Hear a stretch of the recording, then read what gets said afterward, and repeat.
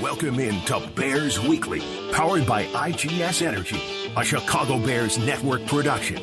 Bears Weekly is brought to you by Advocate Healthcare, Athletico Physical Therapy, CDW, Connie's Pizza, IGS Energy, and Miller Lite. Here are your hosts, Jeff Joniak, a.k.a. the Mayor of Bearsville, and his sidekick, Tom the Surfmaster Thayer. Well, back together again with you tonight on Bears Weekly. Good to have you alongside the final week of the regular season with Super Bowl winning Bears guard Tom Thayer. I'm Jeff Joniak, Justin Pottinger handling the controls in our ESPN studios. Thanks to our producers, Dan Brilli and Jordan Tredup from the Bears, and executive producer of the Bears Radio Network, Eric Ostrowski. Coming up, an interview with Bears defensive tackle Jonathan Ford and coordinator Thursday, Tommy, here in Week 18. Some thoughts from the Big Three. Chris Beatty on the offensive side, of course, goes Washington on the defense, and Richard Hightower on special teams. So a little bit of everything as we preview the pack. Give me a story. Give me a story on a Bears Packer. I mean, because they never get old. Give me something maybe you haven't said in a while. Give me one. At Lambeau, too. At Lambeau. That's a lot of pressure. I wish you would have told me this afternoon. All I've been paying attention to the Notre Dame-Georgia game. But listen, every story about the Bears-Packers is unreal. It's like the first time that we were getting ready, we went to Lambeau Field knowing that William Perry was going to catch a pass, and he was most likely going to catch a touchdown pass. He was inserted to the lineup a couple times, so there's high expectations that he's going to be a lead blocker. He could possibly carry the ball, but they didn't know what Ditka was willing to do with them next. And all of a sudden, here we are at Lambeau Field in the red zone. William Perry, after the snap of the ball, he goes as if he's going to kick out the outside man on the line of scrimmage. The guy goes to take him on. William Perry kind of olays him, goes out there and makes a perfect catch for a touchdown. And just the stardom grew from there, and he just became one of the bigger personalities in the world. And you think of what this game, if you do something great in this game, it can do for you and your future. All right, let's think. All right, one of the biggest hits, good or bad, that happened in a Bears pack. I'm thinking. Remember Tim Harris? Yeah. I think it was late '80s. There was a little something with you and the Packers. Well, Tim Harris wasn't a big hitter. He was a good sacker, and he would come up and he would line up against you. And I just remember one game he had got a couple of sacks already, and he lined up across from me, and I haven't gotten a sack off of you yet. I think I'm going to go here. And he kind of gives you a forewarning beforehand. So now all you're doing, okay, he's not an overpowering guy. So if you get your hands on him, then you can usually get him stopped and then be in control of the block. The funny thing was, once we were in goal line, his shoe came off, and Jay picked up his shoe, and he acted like he threw it in the stands, but he tucked it in the back of his pants. And Tim Harris was running around thinking that his shoe was in the stands and asking for them to return it. How about the Mikowski game? What do you remember? Ooh, that was just a bad time, because that's the first time we got beat up in Lambeau, and there was no replay back then. Mikowski crossed the line of scrimmage. He threw a touchdown pass. We ended up getting beat, and Ditka just treated us bad from the moment we walked in the locker room to watching film the next day. And it, was not a really good the conclusion of that week and the week leading up to the next game. Yeah, I'm just reading about it from a Packers perspective. That was the instant replay game, right? They hadn't enjoyed a winning season in 7 years and hadn't beaten you guys in 5. So that was – and Brian Noble, linebacker, good friend of mine. Yeah, he is quoted as saying, "I'm overwhelmed with emotion. Guys were crying. Guys were screaming. I was crying and screaming. And we've been through these games, and coming down to the wire like this one, we finally found ourselves on the winning end of it for a change, which is a lesson that can apply to today, because the Bears obviously have a long losing streak against the Packers. And by any means necessary, Week 18, Week 1, it doesn't matter. Hopefully they can feel some sense of victory in Green Bay on Sunday, a 12 o'clock kickoff time. Yeah, you know, Brian Noble is a good friend of mine. I met him when he was a freshman in college at Arizona State, and then he went on to play with the Packers. He got injured once in a Bears-Packer game, and he hurt his neck. And I went and knelt down next to him just to make sure that he was all right, you know, because sometimes you got to separate the humanality of the game from the rivalry. And people were criticizing me for showing that type of compassion for a Packer during the game. Really? Did you read about it or hear about it? They were yelling. He was in the end zone, and they were yelling from the stands, "Get away from him! Leave him alone! He's just a Packer!" What do you know? Yeah, right. So yeah. Well, hey, the temperature runs hot in this thing. So I don't know. You know, the Packers, as we discussed in our podcast earlier today, you and I, Bears Etc. podcast. You know, the Packers, they're 6 or 7. It's a matter of, you know, if they can figure out a way to win this game with whatever they're going to choose to do with their players, starters, if they're going to play a lot. Josh Jacobs keeps saying he doesn't think he's going to get the ball much, you know, stuff like that. It's either going to be the Rams or it's going to be Philadelphia. So, but we don't care about that. But I'm just saying. Yeah, listen, if you think the Green Bay Packers are going to be having this speech before the game of take it easy on the Bears, and if you're not going to play, just grab a warm glass of cider and sit there and enjoy the game, that's not the case, because you just can't. Like Ditka always used to say, and there's nothing more true about sports and especially football. He goes, you can't turn the switch off and then back on. Once you turn it off, it's over, because you're not going to just be able to turn it back on in a week.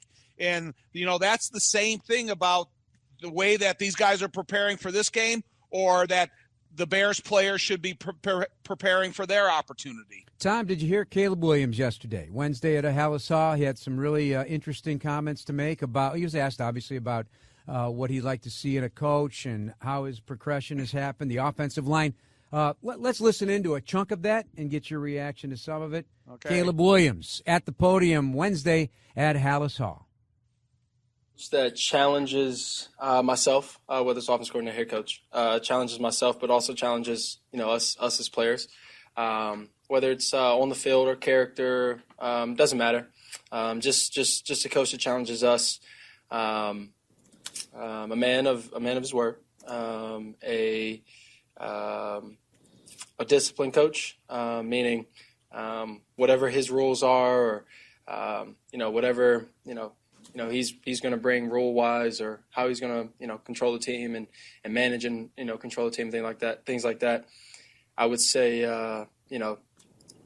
another one would be just a guy that wants to win, and finding and helping and finding ways and helping us players and helping coaches, or whatever the case was, to just pull out wins throughout the season, whether it's a tough win or we blow out somebody. Just helping us and finding ways to win. Because I know, like, a lot of times offensive coordinators, some of them may have played the position, some of them not. Do you think there's a benefit for you having, whether it's head coach, OC, whoever next year, like in your ear, somebody who actually played the position? I think it's helpful. But if you're good at your job, you're good at your job. It doesn't matter necessarily if you play quarterback. I think it helps because you've been in a multitude of different situations as a player, and then being able to see it from a different lens. But if not, then no, as long as you're good at your job, demanding of us, and like I said, for a bunch of the qualities, I think you fit the job and description, and just find ways to win games. Caleb, looking back on Thursday, of the sacks you took, which ones would you sit there and say, that's my responsibility to not get sacked? Yeah, I think throughout this year, there's been a stupid, excuse my language, but a stupid idea behind my offensive linemen. I will say that there's been, yes, everybody gives up sacks, everybody messes up, everybody misses a block, everybody drops a pass, everybody throws a pick. I got 6, and I got a couple fumbles and things like that. So, the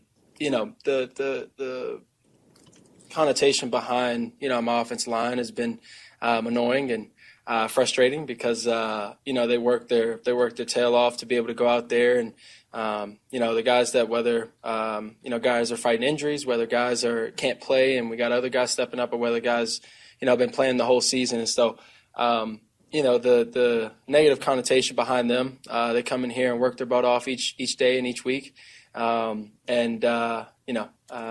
taken sacks, yes, and a good amount have been on me, whether it's small things of getting the ball out of my hands, and just maybe dirting it, maybe not trying to find the perfect route, perfect play, all of that for that situation. Maybe it's just thrown out of bounds, dirting it, finding the check down faster. And then the other one's just not trying to make plays all the time, and understanding that. So, like I said, and I don't misjudge words. The stupid connotation behind my offensive line being bad is not the truth. I've taken a good amount of sacks that have been my fault, and and a couple throughout that last game were mine, like the one in empty where I believe I'm trying to remember what number sacked me, but didn't make the easy flipper check, and that guy blitzed and tried to make a play, and and took a sack instead of I messed up and didn't make the flipper check, throw it out of bounds over the dude's head, or over the hot or check down's head. And so, took a 14-yard sack on that one, I think it was, and put us in a bad situation. So there's been many times this season where, yes, people have given up sacks, sure, and then myself is completely a part of that. All right, so that's a chunk of it anyway. A lot. First of all, there's a lot on the plate, obviously, that he is explaining about what rookie quarterbacks do go through, and so he'll conquer this over time. But overall, he's doing what he, as a team leader, he's taking responsibility, also recognizing that these things have happened over the course of the season. First of all, the very first question they asked him about what do you want in a new coach. Now, this is two players this week, both Kyler Gordon and Caleb, that talk about accountability. They want a coach that holds these guys to a disciplined standard of preparation. Interesting that two guys that are, I think, widely respected in the locker room kind of have the same answer. For the offensive line question, that's not for Caleb to answer during the season. That's something that if he wants to reminisce or think or talk about during the off season, then that's fine. Because when you talk about the offensive line this year and the differences in the lineups and the player change and playing out of position, there's so many different factors that go into the performance of the offensive line, and that's not for Caleb to answer. All right, coming up next, we'll listen into Chris Beatty, the Bears offensive coordinator, and your Fighting Irish victorious today, Tom. They knock off Georgia in pretty convincing fashion, and Marcus Freeman and company have not lost since the NIU upset, and just imagine how that would have looked if they managed to conquer that one, because they've been dominant. They've won by an average of 27 points a game since that loss. So congratulations. Focused. Just stay focused. All right. That's Tom Thayer. I'm Jeff Joniak, and this is Bears Weekly on ESPN 1000 of the Bears Radio Network.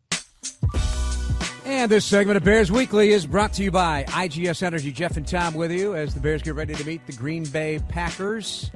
Chris Beatty, Bears offensive coordinator, some things to say today. Tommy asked a lot about Caleb Williams and putting it in some context, given that he's a young man in a league where there's a whole mix of different types of quarterbacks, veterans, and even the young guys who've played, like he's going to mention Bo Nix, who played 6 years in college football. Let's listen in just on the maturation of a young quarterback.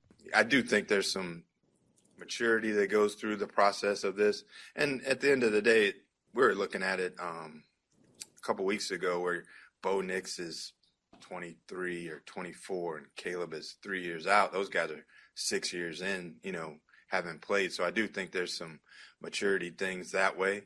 But at the end of the day, I think stability is huge for everybody, particularly the quarterback. And him not being exposed to as much as maybe Michael Penix or some of those other guys, Bo Nix and those guys. Those things do. Experience is everything. And so in his case, I think he's learning through this experience.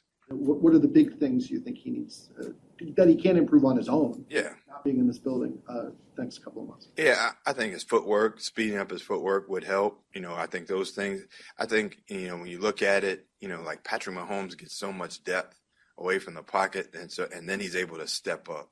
Where, I think Caleb hasn't learned yet that, hey, we might need to get a little deeper in our drop to be able to step up and be able to hold the pocket in the middle. So sometimes he's stepping up on top of the lineman because it's all, those things that you learn through the process of experience. Again, I keep saying the same thing. But at the end of the day, I think those things, I think getting with these guys, I talk to our guys in the receiver room, is going to be important for the people that are back to be able to do those things in the off season, whether it's the OTAs, everybody showing up, or the groups going out somewhere warm and practicing and getting their timing down and being able to see things the same. To your point, we talked about that as far as we've got to make sure that we get to a level or, that we all see first window, second window, third window the same and not see it differently based upon where we are in the offense or in our location. So I think those things would definitely help him. But I think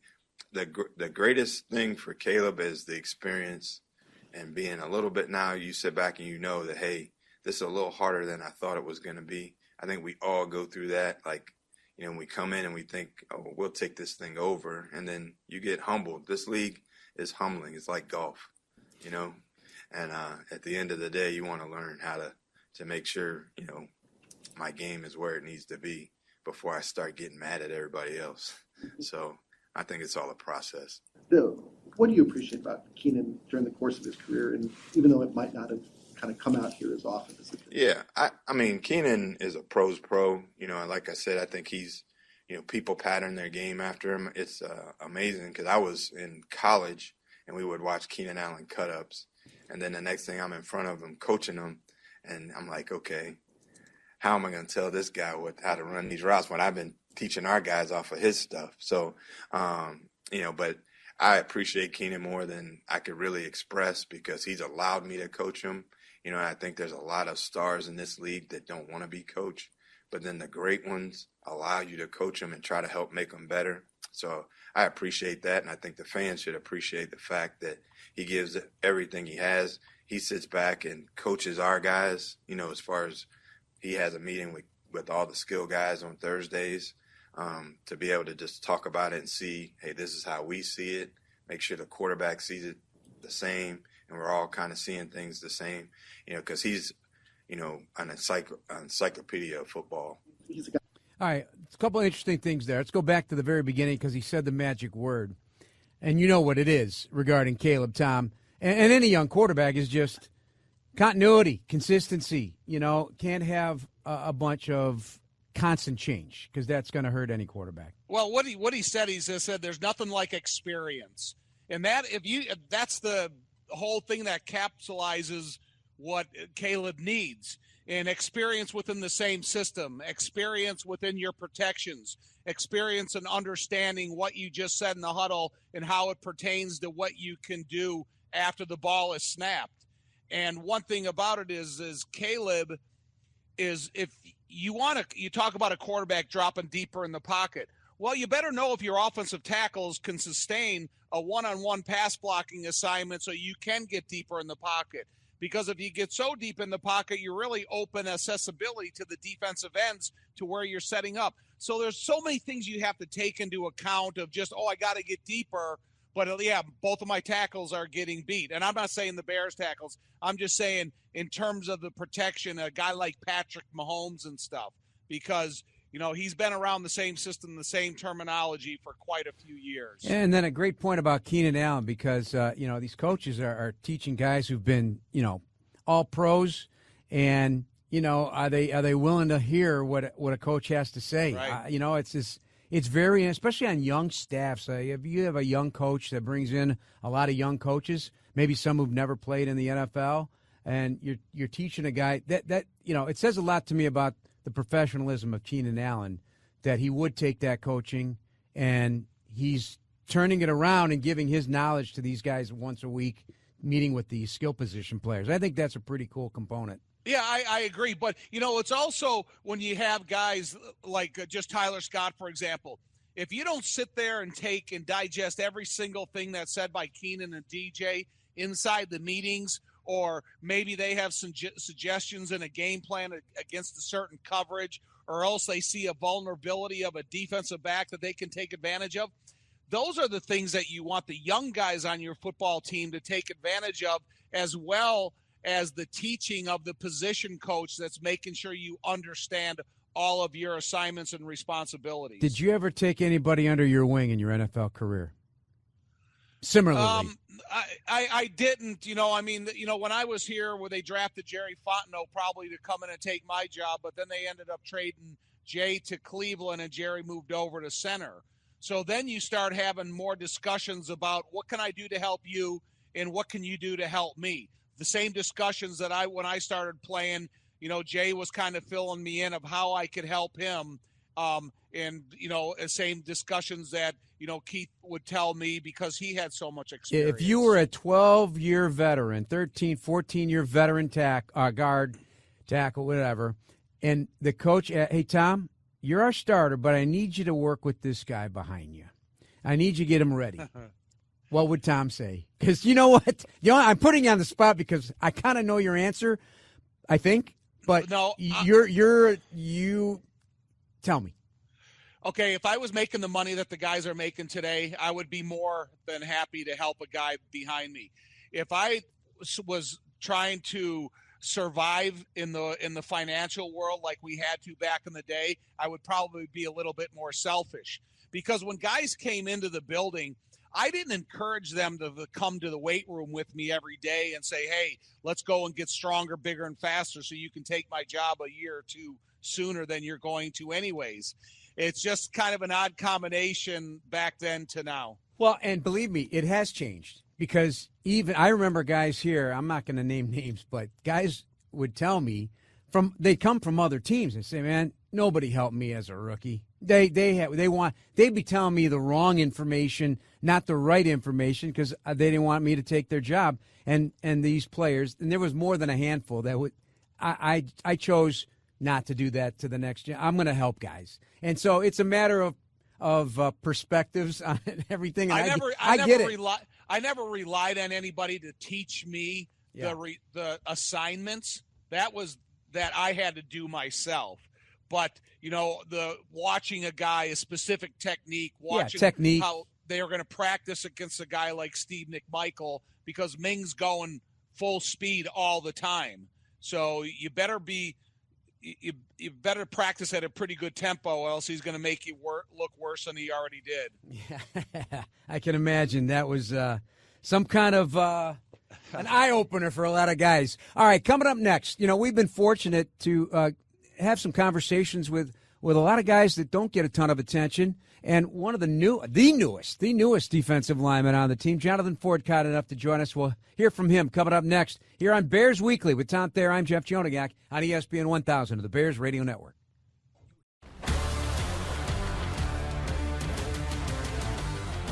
This segment of Bears Weekly brought to you by CDW, people to get it. All right, welcome back, everybody, to Bears Weekly on ESPN 1000 and the Chicago Bears Radio Network with Tom Thayer. I'm Jeff Joniak. Tom will be along in just a moment. We've got one of the newer Bears, Jonathan Ford, joining us, third-year player out of the University of Miami. I'm going to start right out of the gate. You're not going to like this. I'm an Iowa State graduate. We got you by one. But it was reminded to me they took Cam out in the second half, right? Yeah.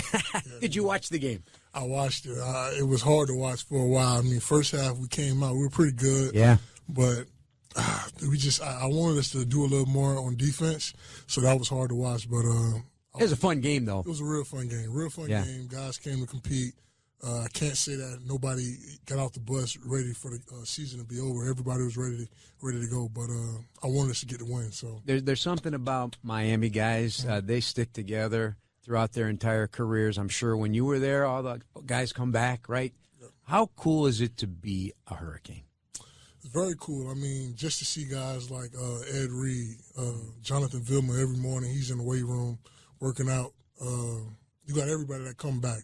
Brian McKinney, all these people that reach out to you on social media, whether they're in the building, whether you have their number. Like I can remember at the combine, I didn't know he was there. Reggie Wayne approached me. I didn't even know he knew me, but he approached me and told me I had a good day, and just came to me as a hurricane, and that was like a special moment for me. So.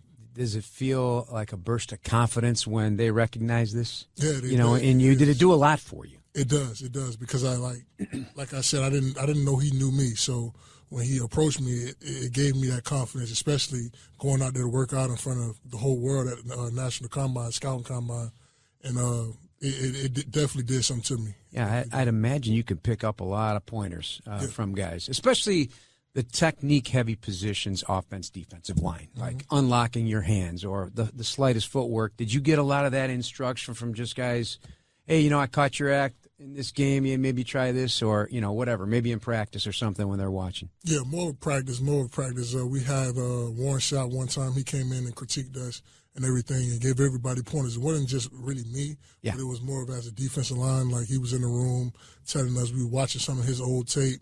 And he gave us some pointers and everything. So he's a trip, isn't he? Yeah, very animated dude, but a good dude. I met Ed Reed at Devin Hester's Hall of Fame induction over the summer, and boy, what a nice guy, man. He's the youngest looking. Wait, no, he's the oldest looking young guy. Yeah. Really, but what a player he was. Yeah, great dude as well. I can remember him in the locker room every day. And him telling us the little things that help teams win championships, like cleaning up the locker room. Like guys bonding outside. Like he talked about the little things where it wasn't really all about football because he knew you got to go out there and do your job and you have to play as a team. But he talked about the little things for us, and he stressed that every day. Yeah. Well, now you've been in the league for a few years, getting your most appreciable playing time, obviously, here with the Bears. Is he right? The little things matter on winning a snap or making it to the 53 or getting that opportunity and taking advantage of it. It does. It does. I think over these past few years, for me, it's just been a learning experience for me as far as just learning how to be a pro. So me getting into the league and seeing guys that's been in the league for a few years or more years than me, just watching. I'm a big observer, so I watch everybody and I watch what people do, and that was something that helped me throughout the time in the league and helped me grow as a player, and also just taking it serious and going out there and playing as hard as I can. How hard has it been to wait your opportunity? Because you had 2 years on that practice squad with the Packers. Yep. And then, we bring you here, and you're leaving a playoff team to come here. You need playing time, right? You need, for your long-term career, you need playing time. You do. Yeah. It was very hard. I mean, for the first year, I felt like it was a learning year, so I didn't really stress about it as much. But the second year, I felt like I can go, and I didn't get the opportunity, being released and everything, being on practice squad a whole nother year. So that definitely took a toll on me over time mentally, especially this year. I think I had my best preseason, coming into the season, and I ended up tweaking my calf, so I ended up on the injured reserve. But when I got off, I felt like I was ready to go and ready to play, but the opportunity wasn't presented to me at that time. But God is real, he came and gave me an opportunity here, and I just had to take my opportunity and run with it. Well, you certainly have. We're with Jonathan Ford, Bears defensive tackle. He's a big man. He's a big man right now. What are you tipping right now? The scale, somewhere it's heavy. It's heavy. Very heavy. Do you still feel good, though? Would you like to be, if the season were starting tomorrow all over again, you'd like to be maybe a little lighter, or do you feel good at the weight you're at? I feel good. I feel good. Obviously, there's room for improvement with everything, but I feel good. I feel like I'm in shape and everything like that. And, I feel good. How has the transition been? Because you made an immediate impact. Yeah, you feel you on tape. You could feel your presence on tape. I think that was just all hunger and just me wanting to show and prove that I can play in this league. With my time in Green Bay, I was told that I could play in this league, but I didn't believe it for a while because of opportunities that wasn't presented at that time. So me coming here, it was a smooth transition with the scheme and everything, and then with my mentality of just wanting to go out there and contribute with this defense and just help the team as much as I can. You know, it's the rare player that will be as honest as you just were. Like, okay, somebody drafted me. I don't care if I was unsigned. Somebody drafted me. They thought enough of me on my traits. But then if you don't get the opportunity, you start, well, I don't know, maybe it's not going to be for me, right? And so how challenging was that to try to get yourself mentally right to say, listen, man, I don't care what everybody else says. I know I can do this. Yeah. It wasn't like throughout, like my first few years, it was hard. But as I got into this point, with my third year, I kind of became numb because I started to understand the business and understand how things work. So it wasn't that hard for me. I just knew that I really don't have nothing to lose but a lot to gain, which is going out there and just giving everything I have and just putting it on tape. There's a guy on this team that I've become fond of, and it's Chris Williams. Bronx kid, tough as nails. You know, we just sat down recently, and he said, "I don't want the season to end." Like, you know, a lot of guys, and it's been hard. It's been a long season, but you know, he just got his opportunity here, and he's made plays. He's got 3 sacks, and it's part of that rotation. I don't know if you've befriended him at all or how that, but you guys strike me as maybe similar mentality about this. Is that a fair statement? It is, because it's crazy that was the guy who I chose to sit by in the meeting room because he's a quiet guy, observer like me and everything. But Chris, like I remember talking to him one day, and we were just talking about our journey and everything like that, and he was just like, man, like I'm not upset about nothing, losing or anything. I'm just happy that this organization gave me an opportunity, and I felt the same way. You know, when I got the call saying they wanted me to, they signed me here, I'm like, man, I don't care what the record is or anything. I'm just like happy to have an opportunity here. So him, like me and him, like we gelled on that type of timing. You know, once I got here. Interesting diversity in backgrounds because, you know, he said, hey, people didn't even think there was football in New York City. I mean, he's a Coney Island kid. You're Lauderdale. Fort Lauderdale, yeah. Football hotbed. I mean, have you guys chopped it up about some of those backgrounds? I try to stay away from that conversation because, you know, guys think Florida guys are just like cocky and everything, and we got it all down there, man. Like, we got a lot of athletes in South Florida. So, I mean, with guys like D-Walk and BC, like we all talk about, we Florida guys, so Ryan Cowart, yeah. We talk about, you know, the Florida, just the pipeline of guys that come from out of Florida. Jonathan, so as an aside, Hester, you know, he and I are closely aligned because of his success and me calling his plays. But so I did a story. I went down to Orlando where he lived, and he's coaching his son. And I'd never been to a youth football game in Florida. In Orlando is where it was. And I was taken aback. I was like, man, they are serious right here with these kids. The moms, the screaming, the yelling, the swearing, they take it quite seriously. Right. And everybody kept, hey, it's different here. And that's almost cliche, but I don't think it is different there. No, it's different, yeah. Explain it from your perspective growing up in it. Why at even that level is it so different? It's just I would say definitely backgrounds. You know, some people, that's all they got. Like that's all they have just to get to where they want to get in life. I mean, also just growing up, that's all we do. We play football in the street, play football. Like me growing up, we played football on the basketball court. We played football in the streets. We played football on a grass field somewhere in the neighborhood and everything. Like that's just what we do down there. We love football. We always, like, that's the way we bond together. That's the way we come together with just sports and everything like that. And it's a lot of guys that's just natural athletes, you know, that come from where I come from. Yeah, but all right, I got to cut it off there because we're running out of time in this segment, Big Tom. But I know you appreciate guys like that. Guys are just getting their opportunity. You can hear the hunger in his voice. Guy that I hope is around here for a long time. And he's not going to be a guy that you're going to have to go and give an inspiring speech to him Sunday morning before the Packers games. He's going to be the guy that you want to sit around to realize the importance of what the moment is. I love these interviews when we get introduced to these guys that we don't know a lot about because, like you said, you can hear it in his voice how important it is to him. What have you seen from him in the short time he's been here? Because as soon as he got on the roster, they put him in there, and I think he's got 8 or 9 tackles in a couple of games here, playing good defense up front. One thing he reminds me of William Perry. William Perry had the innate ability to predict the snap count, and he had an explosiveness that he could get off the ball that at times he was almost unblockable. And one thing about Jonathan Ford, he has the ability to be disciplined about not jumping off sides, but being disciplined to explode when the ball is snapped. And that's what I'd like to see out of him. I do think he had one offside since he's been playing, but you can see that innate ability in him to understand that he's paying attention to the football. He's not listening to the quarterback's cadence. Listed at 335. Big dude. Yeah, he's a big man. Big. He eats up. He fills the doorway, Tom. Yeah. For sure. All right, we got to take a break. That's Tom Thayer, Jeff Joniak here on Bears Weekly on ESPN 1000 of the Bears Radio Network.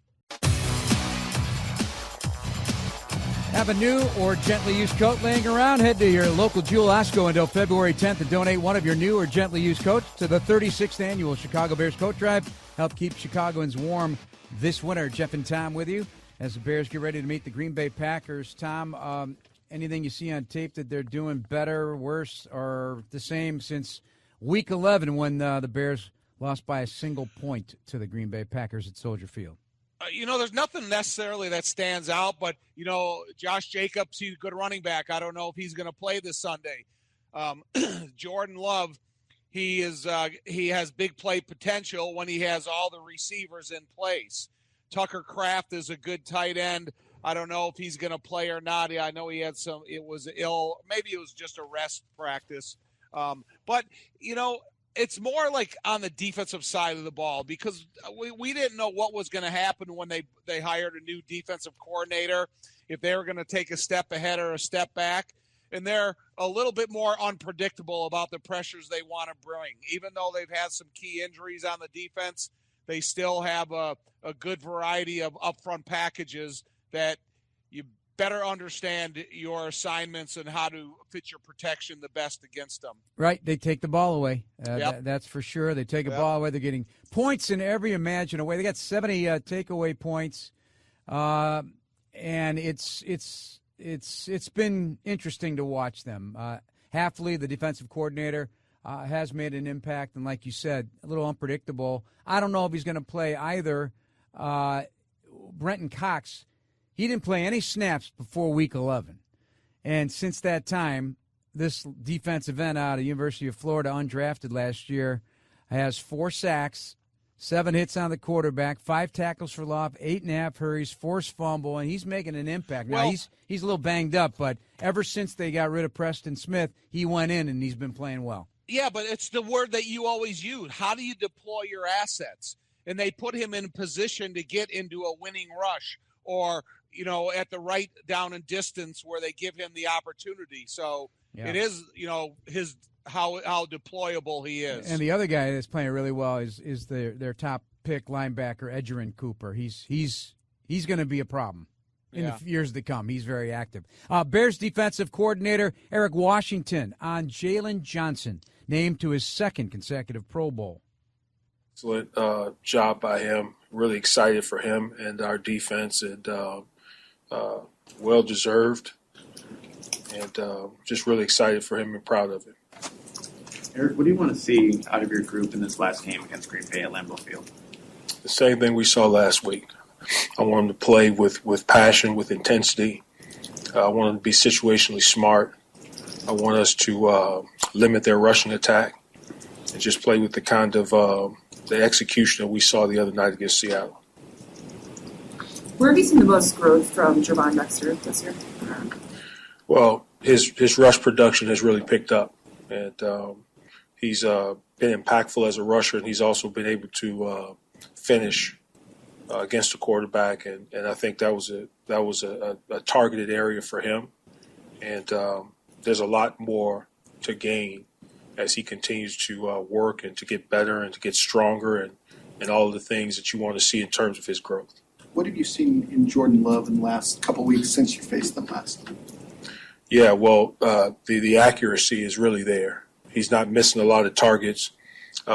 He knows where he wants to go with the football. He's diagnosing the coverages he's going to his secondary targets, and he's really taking care of the football. They have not turned the ball over a lot in the last 2 or 3 weeks. Yep, 6 straight games without an interception for the quarterback, Jordan Love. The rare team, Tom, that runs the ball more on a percentage basis than they do passing the football, and on first down, they run it 62% of the time. That's right there at the top of the league. So I expect them to run the ball. Yeah, so do I, but Seattle ran the ball a lot last week, and the Bears only ended up giving up 6 points to Seattle. And they had dynamic receivers like Green Bay. They had Geno Smith playing quarterback. Jordan Love is a younger version. So if Eric can get his defense to put the same performance out there and hold Green Bay to 6 points at home, this is a game that the Bears should win. So it's a lot of disappointment leaving that stadium with the Bears losing 6-3, but I want to see the same performance by the Bears defense and the Bears walk out of there with more points than 6. Yep, Bears still allowing the 4th fewest points in the second half in overtime this season, 142. That is right there behind the Green Bay Packers at number 4. The Packers are number 3. They've only allowed 140. So points, it's going to be a topic one way or another. They score a lot. Bears have been stingy, and let's see what happens. We've got to take one more break, Tom. I think the temperatures will invite some type of weird turnover one way or the other. All right, a bouncing ball. We'll follow it with Tom Thayer, Jeff Joniak. One segment to go here on Bears Weekly on ESPN 1000 of the Bears Radio Network. All right, winding down here in this show, this segment of Bears Weekly brought to you by Athletico Physical Therapy. Visit athletico.com to request an in-clinic or a virtual appointment and start feeling better tomorrow. Jeff and Tom getting ready for Bears-Packers.